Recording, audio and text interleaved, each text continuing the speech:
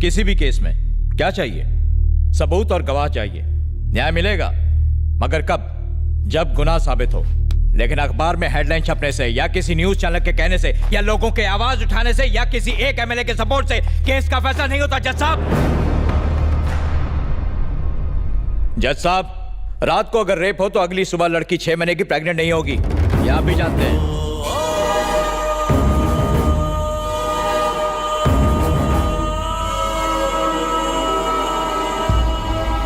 Pregnant? Yes, आप इसे rape कह रहे हैं। जिस दिन रेप हुआ शी वॉज 6 months प्रेग्नेंट। ये रही पोस्टमार्टम रिपोर्ट।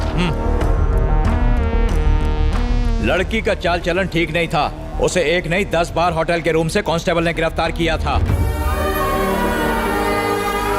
आइए सर। ये बात बिल्कुल सच है सर। हमने उसे 10 बार अरेस्ट किया, लेकिन उसने हमसे रिक्वेस्ट की कि हम उसके माँ बाप को ना बताएं, इसलिए एक ही बार कंप्लेंट लिखी। सर नहीं सर, प्लीज ऐसा मत कीजिए सर। मेरी बेटी थी वो, उस पर ऐसे घिनौने इल्जाम मत लगाइए। आपसे भीख मांगता हूँ, बहुत अच्छी थी मेरी बेटी। हम ये केस वापस ले लेंगे। कोर्ट तुम्हारे कहने से नहीं चलता। आपने देखा जज साहब, जब राज खुलने लगा तो मगरमच्छ के आंसू बहाने लगे। इन्हें फंसाने के पीछे इनका एक खास मोटिव था। मेरा क्लाइंट बिजनेसमैन है, युवा पीढ़ी का आइकॉन।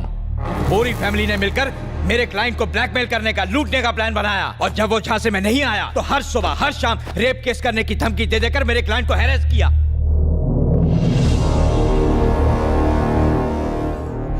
इनकी बेटी धंधा करती थी, वीरेंद्र को ब्लैकमेल करके उससे मोटी रकम ऐंठना चाहती थी। सारे एविडेंस भी यही कहते हैं। और ये ना सिर्फ मेरा दावा है, this is the only truth.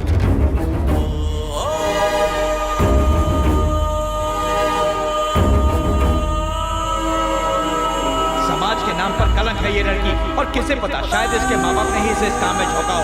इस शहर की गंदगी है ये।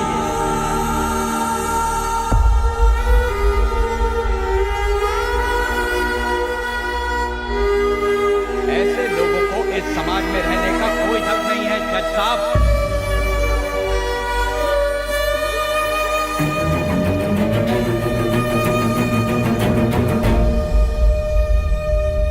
कोर्ट का कीमती वक्त बर्बाद करने और एक निर्दोष इंसान पर झूठा आरोप लगाने के जुर्म में ये कोर्ट आपको दोषी मानता है। The case is dismissed. चला जा जा।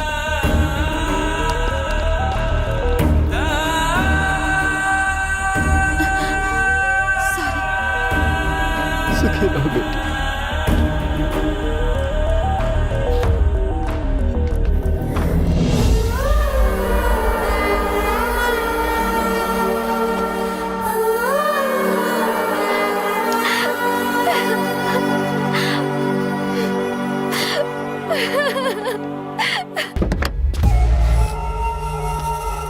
केस तुम जीत चुके हो, अब क्यों आए हो यहाँ? आपने जमीन के जो पेपर्स मांगे थे वो मैं लेकर आया हूँ। तीर्थो कॉफी ले आओ। आओ मेरे साथ। 300 एकड़ जमीन में से आपने सिर्फ 250 एकड़ जमीन क्यों ली, ये समझ में नहीं आया। बाकी के 50 एकड़ मेरे वॉचमैन के लिए है।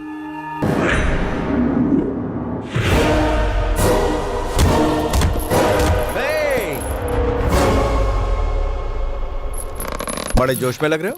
रात को 2-3 पैक ज्यादा हो गए थे, वही उतार रहा हूँ। मतलब रात की उतरी नहीं क्यों? गणेश, कल रात में कहाँ थे? दोस्तों के साथ था। सुनो, 10 दिन में डीजीपी रिटायर होने वाले, शाम को पार्टी दे रहे हैं। उन्होंने खास तौर पर तुम्हें साथ लाने को बोला है। वहां पर कोई घटिया हरकत मत करना। कौन, मैं?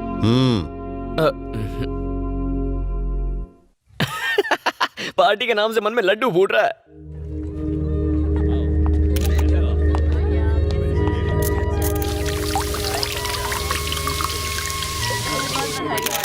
Thank you. इंतजाम सब ठीक ठाक है ना?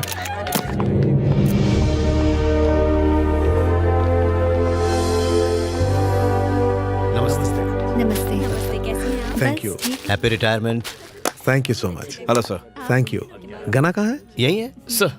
अरे कांग्रेट्स। कैसे हो मेरे शेर? हम अभी आते हैं। ठीक है।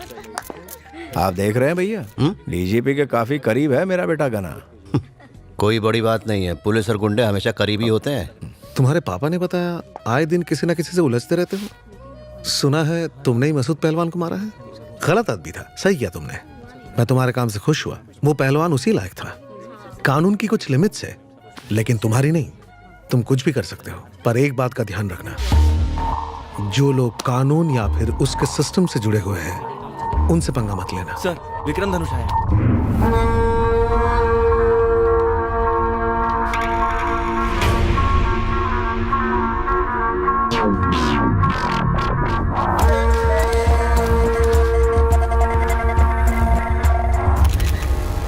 इनकी बेटी एक बदचलन लड़की थी। ये क्या कह रहे हो?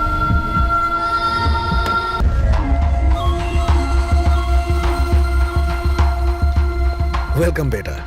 हाँ, दिल्ली से कुछ मिनिस्टर्स आए तो प्रोटोकॉल की वजह से पापा को उनसे मिलना जरूरी था, इसलिए मैं आया हूं।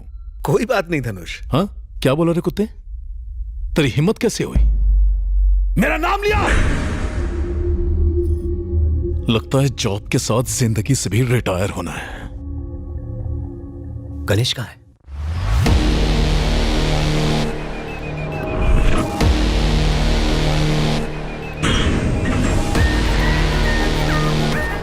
रवि, उसका बैकग्राउंड निकाल।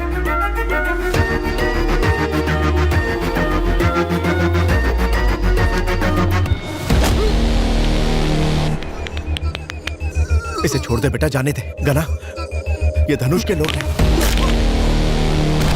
गना,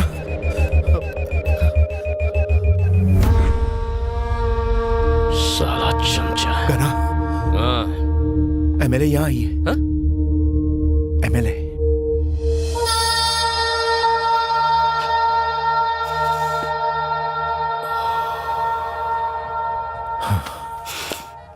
यहीं रुको, मिल के आता हूँ।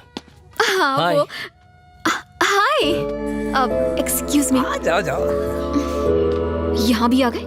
ये सेलिब्रिटी पार्टी है। हेलो, मैं अभी सेलिब्रिटी से कम नहीं, इनविटेशन से आया हूँ। यहाँ तो दिल ही तीर का निशाना बनने आ गया। क्या मतलब? प्यार का तीर लेके खड़ा था, तुम दिल लेकर घायल होने आ गई।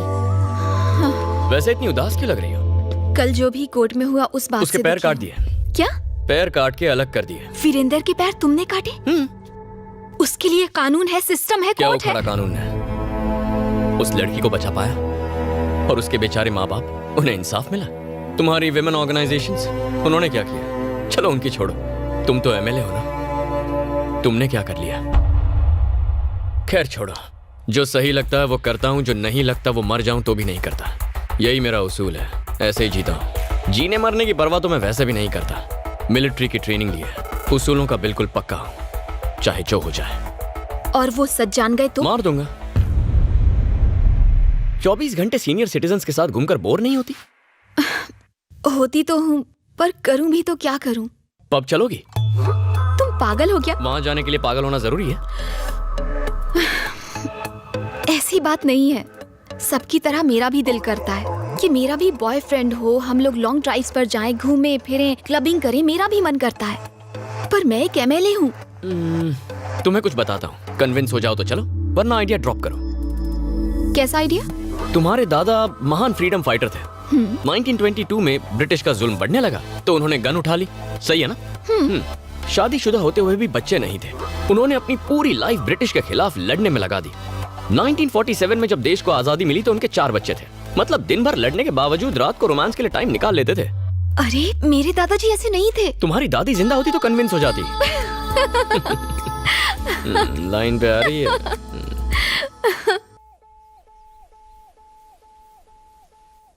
डीजीपी की पार्टी में तो तूने मुझे डरा ही दिया। क्या चाचा? अरे बाप रे, आ गया मनोज। इसकी तो पापा से मिलने आए हैं।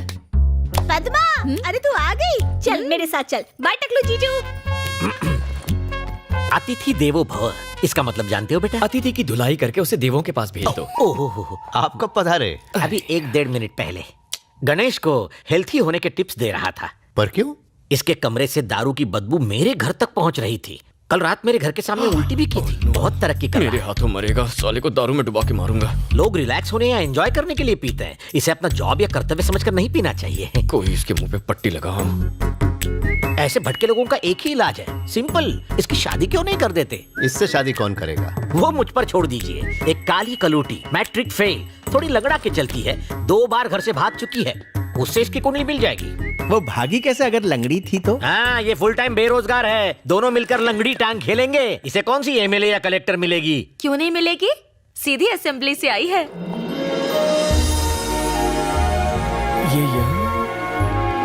हेलो जी। हमारी बात मानकर यहाँ आने के लिए बहुत बहुत शुक्रिया। अरे नहीं नहीं, इट्स ओके। मैं अगर सिलेक्ट कर दूं तो तू सिलेक्ट है, नहीं तो तू रिजेक्ट है। हम तो पहले ही सिलेक्ट कर चुके हैं। मेरे को एक बात बता, सिलाई मेहंदी ब्यूटी का कोर्स करना था ना, ये एमएलए का कोर्स क्यों किया? Actually, I was studying in US, auntie. Suddenly, dad expired. So, unexpectedly, I became MLA, auntie. हाय हाय, इसका सांबार घटिया और तेरी इंग्लिश बकवास। रिश्वत नहीं लेती है क्या? अब नहीं लेती आंटी। बाल असली है कि विग लगाई है? दादी हंसिका के बालों में डाई लगा के रहेगी। असली है। चाइनीज बना लेती है? चाय उबाल लेती हूँ। बस चाय उबालना, मुझे मत उबालना। ये रिश्ता होने से पहले ही तोड़ देंगी। हमेशा साड़ी पहनती है कि कभी 2 पीस भी ट्राई किया है? मुझे साड़ी में ज्यादा कंफर्टेबल फील होता है आंटी। सब कुछ ठीक है, तू एमएलए है ना, इतना छुई में रहेगी तो कैसे चलेगा? आंटी अर्जेंट फोन है, प्लीज। ठीक है, जा बात कर, लेकिन मेरा मूड खराब होने से पहले रख देना। खड़ूस दादी। क्या बोला रे? ये आप क्या कर रही हैं दादी माँ? अगर आप इतना डराओगी तो वो शादी से मना कर देगी। ये तो अभी ट्रेलर था, पिक्चर तो अभी बाकी है बहू। हड्डियां तोड़ दूंगी तेरी साले। गर्ल्स कॉलेज के बाहर बियर बार खोलेगा साले। ज्यादा उड़ने की कोशिश की ना तो तेरे पंखों को कुतर डालूंगी। उड़ना तो दूर, फड़फड़ा भी नहीं पाएगा। जिंदगी से मन भर गया है, अंडरवर्ल्ड की हुल देता है। अंडरवर्ल्ड को अपनी जीन्स की बैक पॉकेट में रखती हूँ। बुला ले अपने उस डॉन को। अगर 1 घंटे में तेरी दुकान बंद नहीं हुई तो गधे पर बिठाकर पुलिस स्टेशन ले जाऊंगी और 3rd डिग्री टॉर्चर करवाऊंगी। छतरी को फोन दे। अरे मोटा छतरी, अपुन की यहाँ छोटी सी इंक्वायरी चल रही है। सवालों के जवाब दे दे के अपुन का दिमाग ना गर्म हो गया है। पहले इससे निपटती हूँ, फिर तुझसे। चल फोन रख बे।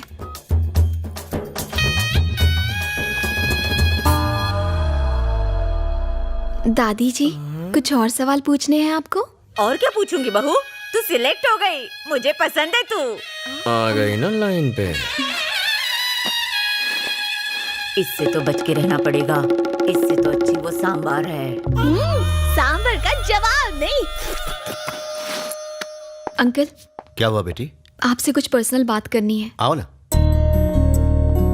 बात यह है अंकल कि जब मेरे पापा सीएम बनने वाले थे तो उनकी अचानक मौत हो गई। सोसाइटी में सब उनकी बहुत इज्जत करते थे, उतनी ही इज्जत मेरी भी करते हैं। एमएलए एक पब्लिक सर्वेंट है अंकल। मैं चाहती हूँ कि मैं लोगों का दिल अपने काम की वजह से जीतूं, ना कि किसी डर की वजह से।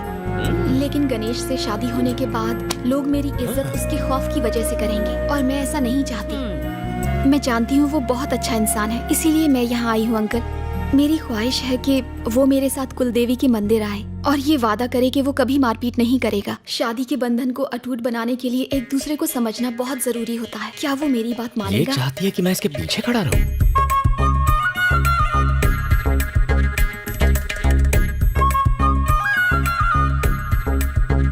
अरे बाप रे, नहीं आइडिया ड्रॉप। कुछ नहीं होगा। इसकी शर्त सुनी आपने? ये दूल्हा कम असिस्टेंट ज्यादा चाहती है। सब ऐसी होती है। बिल्कुल ठीक। अरे रे रे रे, ये तो क्या कह रहा है? वो लड़की बिल्कुल सही कह रही है। क्या कह रही लड़ाई है? झगड़े में रखा ही क्या है? जल्दी से शादी कर लो, 2-3 बच्चे पैदा कर लो। ये दादा बनेंगे, मैं दादी, बड़ा मजा आएगा। बच्चे भी होंगे? सही बोल रही हूँ मैं।